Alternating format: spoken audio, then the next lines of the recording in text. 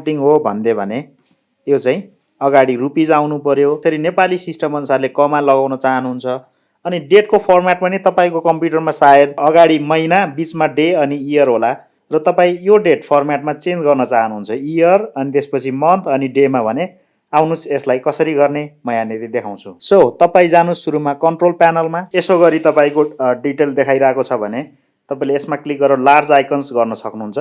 यसले चाहिँ यहाँनिर तपाईँलाई डेट एन्ड टाइम भनेर दिनेछ। यसमा जानुभयो भने एउटा डायलग बक्स खुल्छ।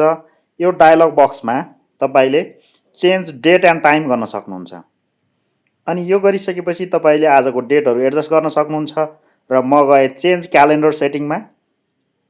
अब यसमा चाहिँ सर्ट डेटमा तपाईँको सायद डे अनि त्यस पछाडि मन्थ अनि इयर थियो होला अथवा यो मध्ये कुनै थियो होला। अब तपाईँले यहाँबाट छान्न सक्नुहुन्छ इयर मन्थ एन्ड डिडी। यो छान्नु भयो भने यसरी आउनेछ र यो गर्नुभयो भने तपाईँको यहाँनिर सिस्टमको डेट नै इयर मन्थ अनि डे अनुसारले आउनेछ र एक्सेलले पनि यही अनुसारले काम गर्नेछ। यो चाहिँ हाम्रो सिस्टमकै डेट चेन्ज गर्नुपर्ने कुरा हो, एक्सेलको होइन। भने हामीले करेन्सीलाई चाहिँ हामीले डलर सिम्बलबाट नेपाली रुपिजमा पनि कन्भर्ट गर्न सक्छौं। यसको लागि चाहिँ तपाईले यहाँनेरि नम्बर्समा चाहिँ के गरिएको छ भने डिजिट ग्रुपिङमा चाहिँ यो मध्ये नेपाली सिस्टम भनेको यो अन्तिमको हो, यसलाई छान्न सक्नुहुन्छ। भने करेन्सीमा गएर हाम्रो प्राइमेरी करेन्सीलाई के भनिन्छ यहाँनेरि डलर छ होला तपाईहरुकोमा, यहाँनेरि मैले रुपिज लेखिदिएको छु। यसरी रुपिज लेखियो भनेदेखि र यसलाई अप्लाई गर्नुहोस्। अब तपाईको एक्सेलमा कुनै पनि अमाउन्ट लेख्नु भयो, जस्तै 1 करोड लेख्न खोज्नु भयो भने अब यसलाई तपाईले यहाँ गएर अकाउन्टिङ हो भन्ने बित्तिकै यसले रुपिज अनि 1 करोड यसरी लेख्नेछ। सो यो भयो हाम्रो अमाउन्टको कुरा। जस्तै तपाईलाई आजको डेट यहाँनेरि प्रेजेन्ट गर्नुपर्ने छ भने